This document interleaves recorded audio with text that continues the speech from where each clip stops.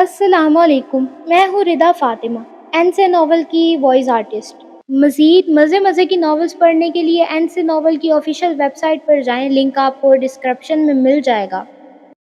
انت الحیات از کلم صدیقی۔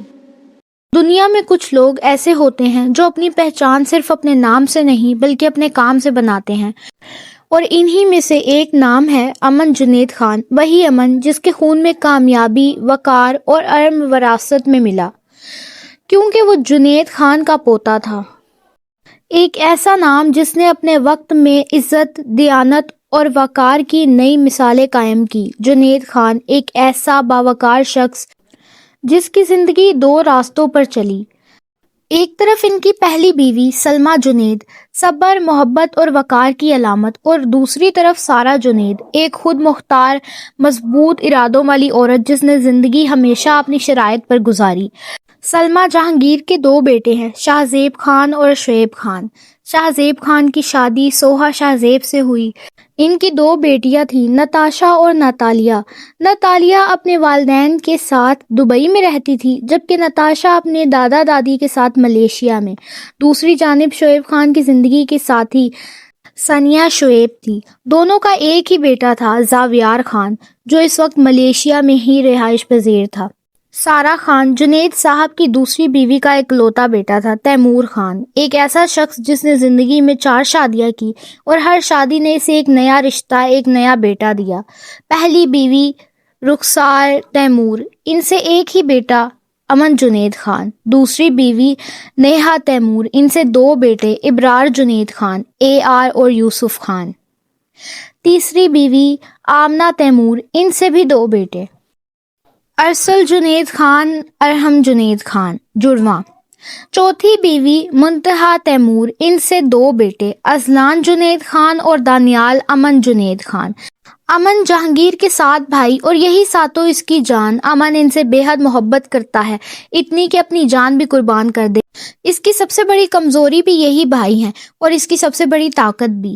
فلیش بیک: دادی، مجھے آپ سے ایک ضروری بات کرنی ہے، رخسار بیگم نے سارہ بیگم کے پاس آتے ساتھ کہا۔ سارہ بیگم نے نظریں اٹھائے رخسار بیگم سے کہا، اے تو کرنا، وہ میں کہہ رہی تھی کہ جلدی بولنا۔ میں کہہ رہی تھی کہ انہوں نے جس لڑکی کا رشتہ امن کے لیے بتایا تھا، انہوں نے بولنا شروع ہی کیا کہ سارہ بیگم نے ان کی بات کاٹ کر کہا، اس کا نام حیات ہے۔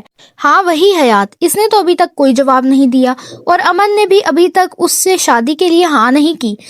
تو اماں، آپ مجھے پوری بات تو کہنے دیں۔ تو بولنا جلدی جلدی۔ جی، میں کہہ رہی تھی کہ حیات کے گھر سے ابھی تک کوئی صاف جواب نہیں آیا، اور امن نے بھی حیات کو اپروو نہیں کیا۔ تو میری بہن کی بیٹی ہے حرین، میں سوچ رہی تھی اسے دیکھ لیجئے امن کے لیے۔ رخسار بیگم نے سنجیدگی سے اپنی بات مکمل کی۔ نہ، امنوا کا شادی حیات سے ہی ہوگا، تو اپنی بہن کی بیٹی کے لیے کسی اور کو دیکھ لے۔ سارہ بیگم نے 2 ٹوک منع کر دیا۔ نہیں، مجھے لگتا ہے کہ میرے بیٹے کے لیے حرین ہی ٹھیک رہے گی۔ دادی دیکھیں نا، وہ گھر گرہستی والی لڑکی ہے، گھر میں آئے گی تو سب کو سمجھے گی بھی، اور اگر کوئی باہر کی لڑکی آ گئی تو بلا وجہ گھر کا فتنہ کھڑا کر دے گی، اور آپ کو تو پتہ ہے کہ ان بھائیوں میں کتنی محبت ہے، کہیں ایسا نہ ہو کہ حیات آ کر ان بھائیوں کو الگ کرنے لگے۔ رخسار بیگم نے سارہ بیگم کو سمجھنا چاہا۔ سارہ بیگم نے صاف لہجے میں کہا، نہ، امن کے دادا بول دیے ہیں کہ اس کی شادی حیات سے ہی ہوگی، تو اب حیات سے ہی ہوگی۔ رخسار بیگم نے ہلکا سا تیکھا لہجہ اختیار کرتے ہوئے کہا، تو آپ حیات کی شادی ابرار سے کروا دیں یا کسی اور پوتے سے۔ نہ، امنوا میرا پہلا پوتا ہے اور اس کی شادی وہیں ہوگی جہاں ہم چاہیں گے۔ سارہ بیگم اپنی بات پر قائم تھی۔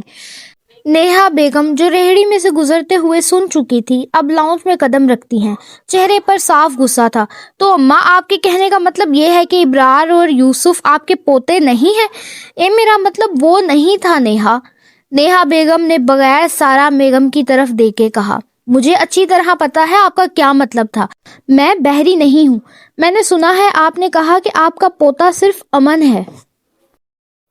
سارا بیگم کی آواز تھوڑی سخت ہو گئی. اے بس کر, بات کو بلا وجہ نہ بڑھا. ہم بول رہے ہیں نا کہ ہمارا مطلب وہ نہیں تھا. بس بس, اب اور وضاحت کی ضرورت نہیں. مجھے صاف صاف سمجھ آ گیا کہ آپ میرے بیٹوں کو اپنا خون نہیں سمجھتی. نیہا بیگم آگ بگولا ہو چکی تھی. سارا بیگم نے تیور چڑھا کر کہا, چپ رہ, زیادہ زبان نہ چلا, اپنا کام کر جا کے. نیہا بیگم نے آنکھوں میں آنسو, آواز میں طوفان تھا. آپ نے جو کہا ہے اس کا ہرجانہ دینا ہوگا آپ کو. سارا بیگم نے اونچی آواز میں غصے سے کہا. زیادہ میری ماں بننے کی کوشش مت کر نیہا. ہم تیری ساس ہیں, تو میری ساس نہیں ہے.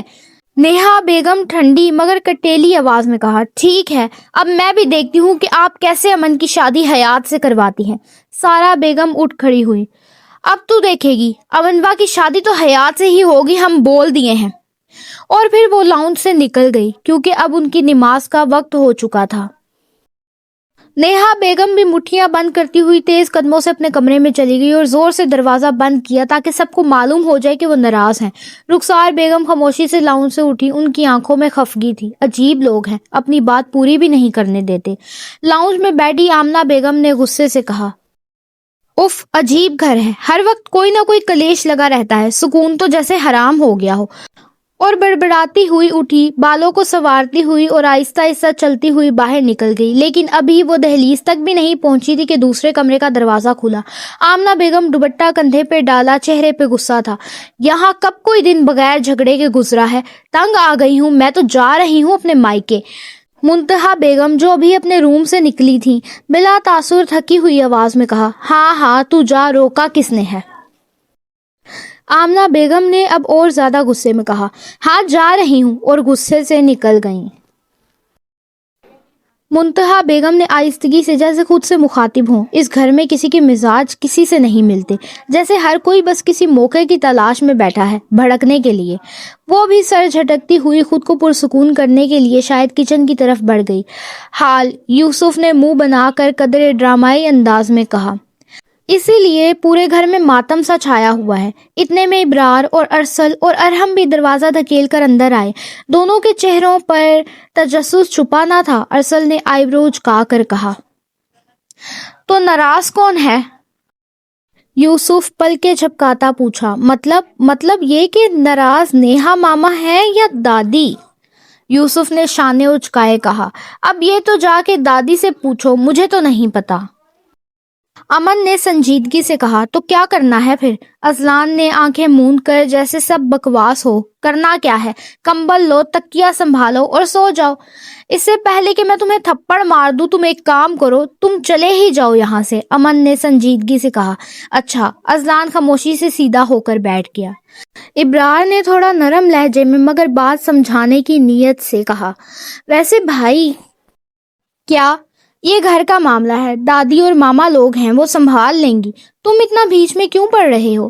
ارحم ابرار کی تائید کرتے ہوئے. ہاں بھائی, ابرار ٹھیک ہی کہہ رہا ہے, ارسل نے نرمی اور فکر کے امتزاج سے کہا. اور پھر اگر تم بیچ میں پڑے تو کہیں ایسا نہ ہو کہ چھوٹا سا معاملہ بڑا فسانہ بن جائے. یہ ماما لوگوں کا مسئلہ ہے, انہیں خود سلجھانے دو. سب کی باتوں میں وزن تھا اور امن جانتا تھا کہ وہ ٹھیک کہہ رہے ہیں. امن مختصر سا ہوں کہا. میں اپنے کمرے میں جا رہا ہوں. پھر اور وہ آہستگی سے اپنے کمرے کی طرف بڑھ گیا. یوسف نے ہنستے ہوئے کہا. واہ بھائی, اتنی جلدی مان گئے. مجھے نہیں لگا تھا بھائی تم لوگوں کی بات مانیں گے. وہ صرف تیری, اذلان کی اور دانیال کی بات نہیں مانتے کیونکہ تم تینوں کا کوئی بھروسہ نہیں کہ کب کیا بول دو. ابرار نے یوسف کو سچائی کا آئینہ دکھایا. چل نکل, آیا بڑا, جیسے تیری بات تو بھائی بہت مانتے ہیں. اذلان نے غصے سے کہا. ابرار نے دھیرے سے مسکرا کر کہا. اگزامپل تیرے سامنے ہے. اذلان نے زور سے چڑھ کر کہا. اوکے, ناچ اب. یہ کہہ کر غصے میں پیر پٹکتا ہوا اپنے کمرے میں چلا گیا. اسی لمحے دانیال واش روم کا دروازہ آہستہ سے کھول کر جھانکتے ہوئے دھیرے سے کہا. بھائی چلے گئے کیا؟ ہاں چلے گئے, ارحم نے جواب دیا. دانیال نے سکھ کا سانس لیتے ہوئے واش روم سے باہر آ کر کہا. شکر, جیسے ایک جنگ سے بچ گیا ہو. ارحم نے سنجیدگی سے کہا. جب بھائی سے اتنا ڈر لگتا ہے تو بدتمیزی کرتا کیوں ہے؟ کیونکہ اذلان آئی برو اٹھاتے ہوئے. کیوں؟ دانیال نے چہرے پر ڈھیٹ پن کی جھلک لیے کہا. کیونکہ میری مرضی, ارحم سخت لہجے میں جاتے جاتے کہا.